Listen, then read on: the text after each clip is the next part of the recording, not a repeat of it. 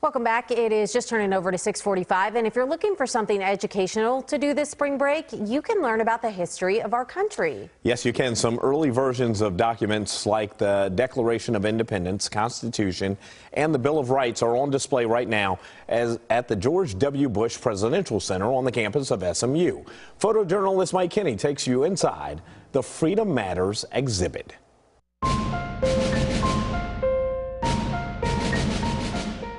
You know, nowadays I think people have started to lose confidence in the system of democracy.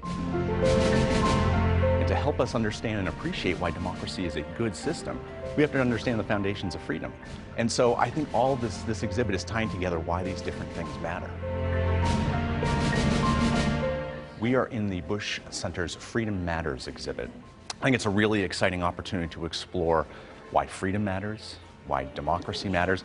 It started 800 years ago with the signing of the Magna Carta, and it continues through the American experiment. And so we've brought together documents, especially American documents, that discuss the way that actual citizens interacted with this evolving freedom. Definitely one of the highlights is a 1305 copy of the Magna Carta. I mean, this is real Indiana Jones history stuff. You know, it's really connecting us with some of the fights, the demands for freedom in the past. I think we think about the Magna Carta as being a larger document like the Declaration of Independence, but this particular version has different thoughts and compilations on English law and rights, and a version of the Magna Carta is inserted into this. But in the American experience, we have these documents, our charters of freedom. One of them is this 1831 print of the Declaration of Independence. This is what makes us Americans. Whether you're born here, whether you immigrate here, these are the ideals and rights, the life, liberty, and the pursuit of happiness that binds us all together. That we take for granted today that these big documents were signed on parchment and they live behind glass somewhere and people can see them. But back in the day, before social media and before mass media, how did these get around? So we have the printing of the Constitution that was printed in a magazine about a week and a half after it was signed. That's what people read back in the day.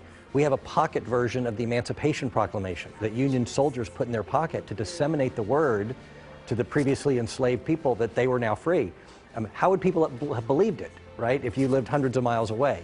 There was no TV or radio, obviously, at the time. The Magna Carta, where you could put it in your pocket and actually say, no, sir, I have rights. That, to me, is such an interesting takeaway that we all have a responsibility to play in our democracy, and we have to keep spreading the word. These documents transport us there. They make it tangible. They make it real. It's very rare to assemble documents in one place. It's that bringing it to life aspect that we wanted to provide to the public.